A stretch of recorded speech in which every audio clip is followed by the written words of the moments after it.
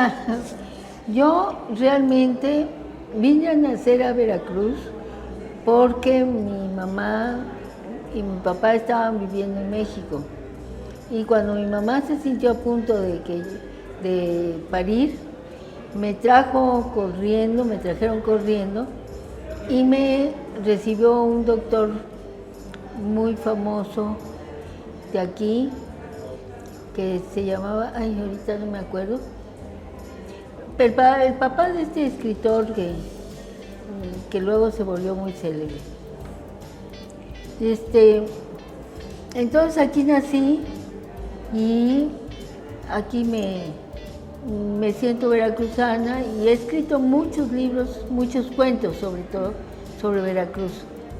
Uno de mis libros premiados, que se llama El Cantar del Pecador, ocurre totalmente en Veracruz, entre tres ciudades que para mí fueron el cielo, el paraíso y el infierno, rememorando las visitas que hacíamos constantemente a Veracruz.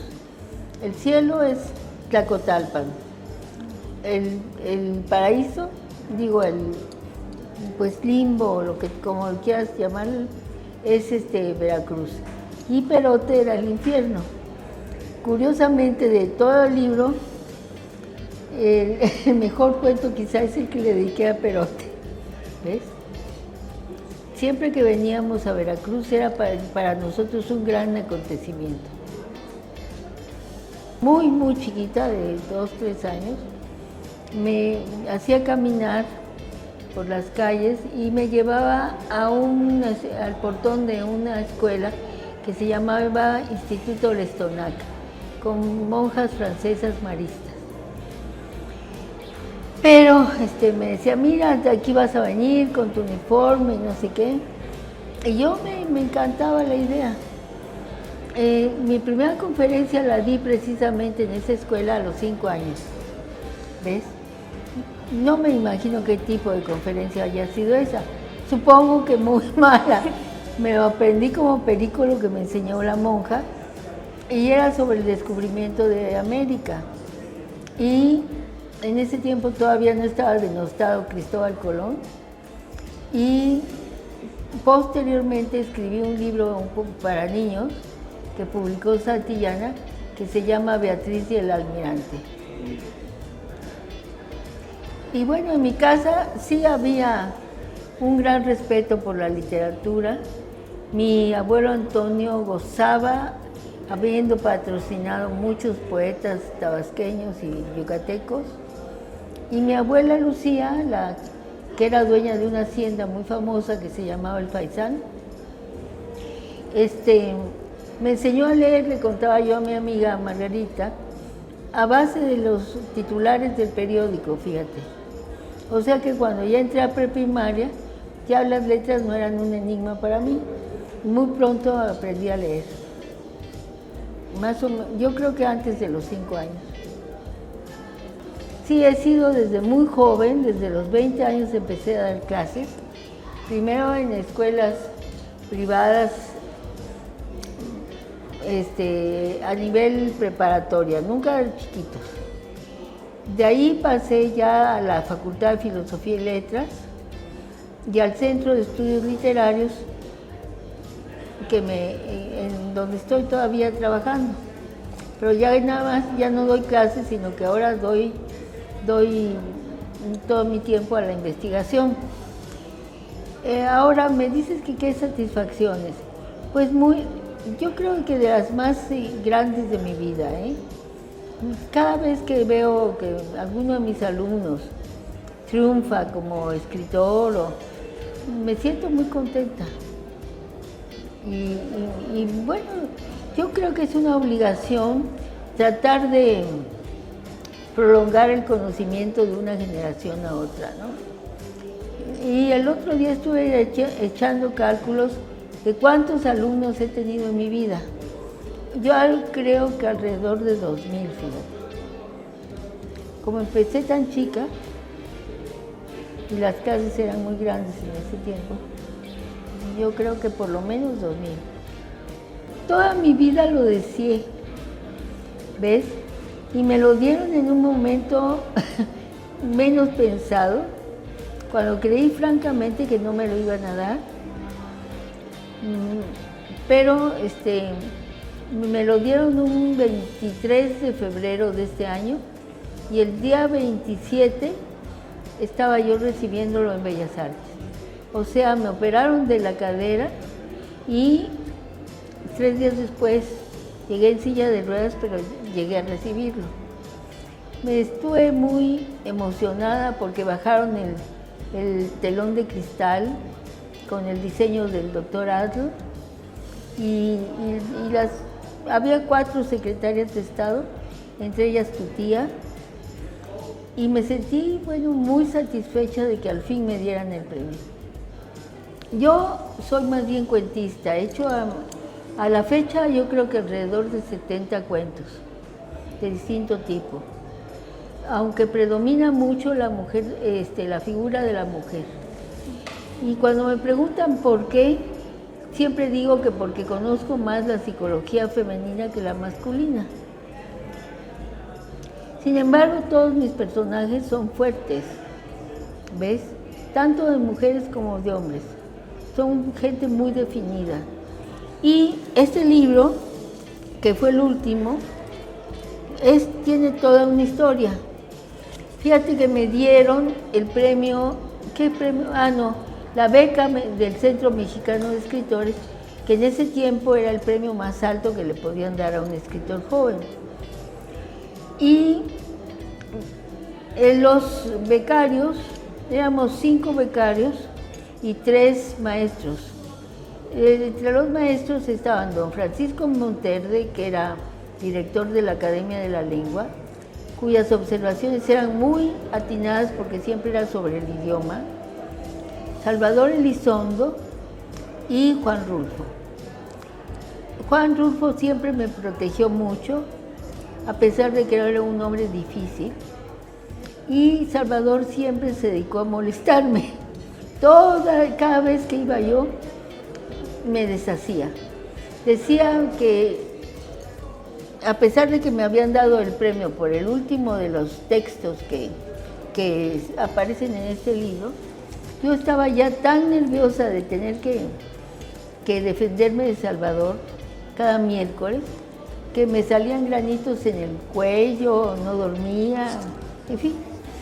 Y una tarde, que ya no podía yo, como dicen, con mi alma, me dice Juan Rulfo: Beatriz, invítame un café. Y le digo, pues sí, Juan, ¿cómo no?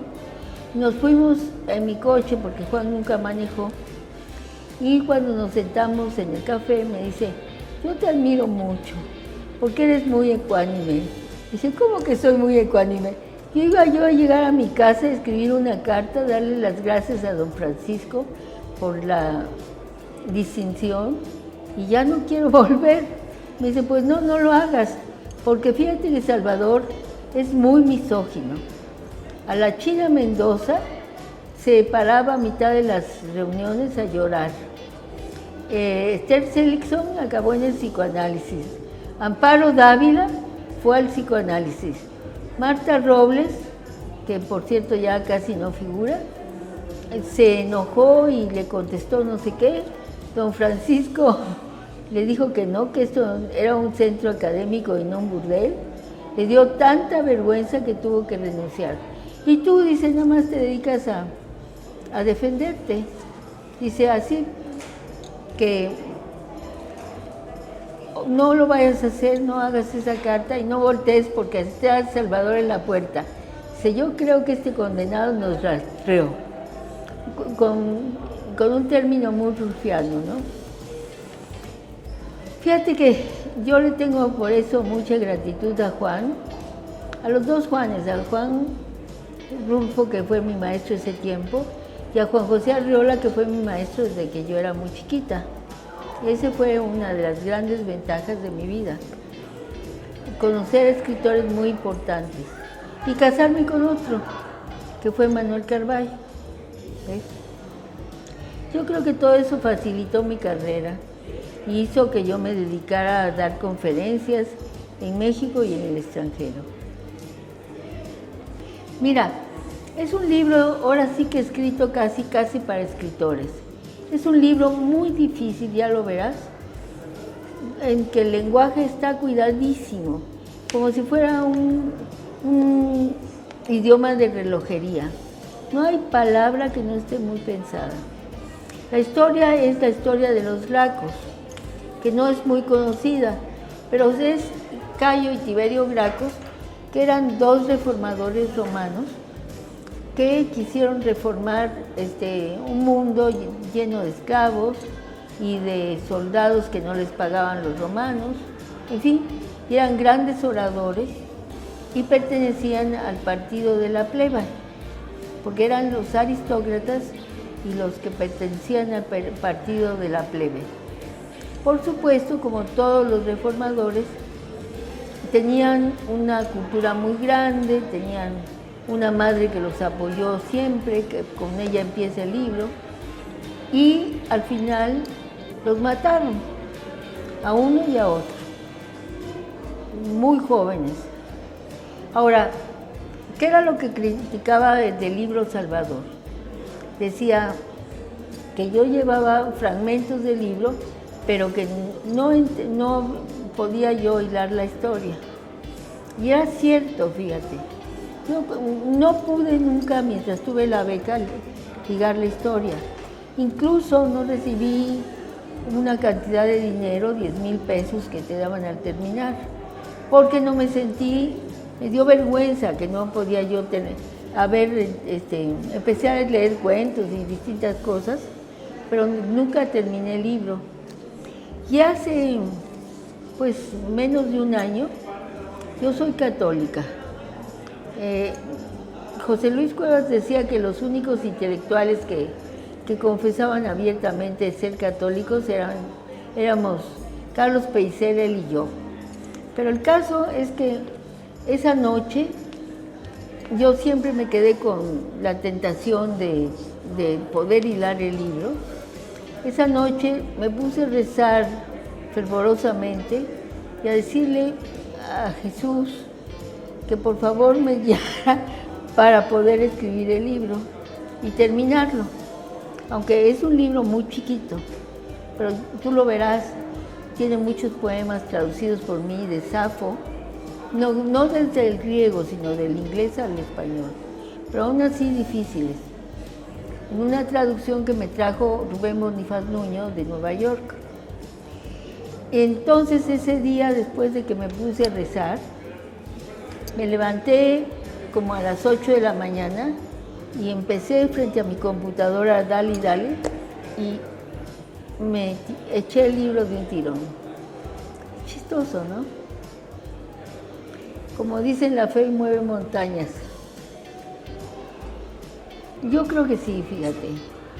Desde que veníamos a Veracruz en la carretera, me daba por hacer versitos horrorosos. Por ejemplo, qué tristes están los cerros porque ya se va su sol, cosas de esas, ¿no? Mi mamá creía que había parido a una de las Bronte y yo no es que me lo creyera, pero me encantaba leer desde muy pronto, leer muchísimo, oír a mi abuelo con sus anécdotas. Admiraba mucho a Díaz Mirón.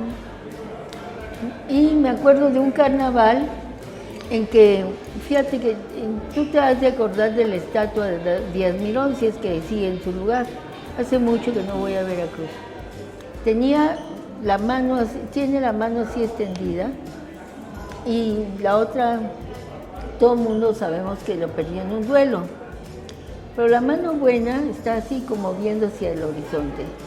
Y en un carnaval, algún idiota puso una escalera y le puso un yoyo y un hot dog. No sé si saben ustedes esa anécdota. Entonces llegaron a contarle a mi abuelo, el chofer que trabajaba con él, lo que había pasado. Y mi abuelo se indignó porque se sabía casi toda la obra de Díaz Mirón de memoria. Y yo le dije al chofer que por favor me llevara para verlo. Todavía tenía el yoyo y el hot dog. Se lo quitaron al rato, ¿verdad? Pero esto que te cuento era muy temprano, como a las 7 de la mañana. Entonces estuve dándole vueltas y vueltas y vueltas, sabiendo que un día iba a servir eso para un cuento. Y me sirvió. Tengo un cuento que se llama El poeta y el bandido, en donde Salvador Díaz Mirón persigue a un famoso bandido que se llamaba Santanón, que en realidad era una especie de Robin Hood veracruzano. ¿Ves? Robaba a los ricos y le daba a los pobres. Nunca lo pudo matar. Lo mató un tal Francisco Cárdenas, que ese sí era un criminal, y fue el mismo que mató a Madero. Ah, ese nunca se pierde, querida. Nunca. Y la gente que lo pierde generalmente son malos escritores. Porque por bueno que te parezca algo, yo te estoy alabando el lenguaje del libro y en eso no creo equivocarme, pero luego te comparas, a pesar de haber escrito 70 cuentos, con Hemingway, por ejemplo, con Fitzgerald, con Catherine Ann Porter, con Catherine Mansfield. Entonces te vuelves increíblemente humilde, ¿verdad? Y dejas que sea la vida la que te califique. La vida y los lectores y los amigos bondadosos como tú. Que se lo doy principalmente a las madres, ¿eh? Que ellas les inculque, les compren libros, se los lean. Yo lo hice con mi hijito desde que tenía menos de un año.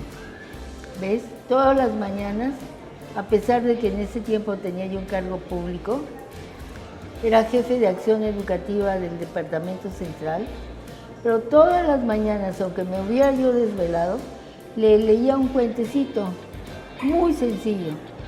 Y hoy día mi hijo es académico en la Universidad de Londres, ¿ves? Y da conferencias por todo el mundo. Es mi principal creación en la vida.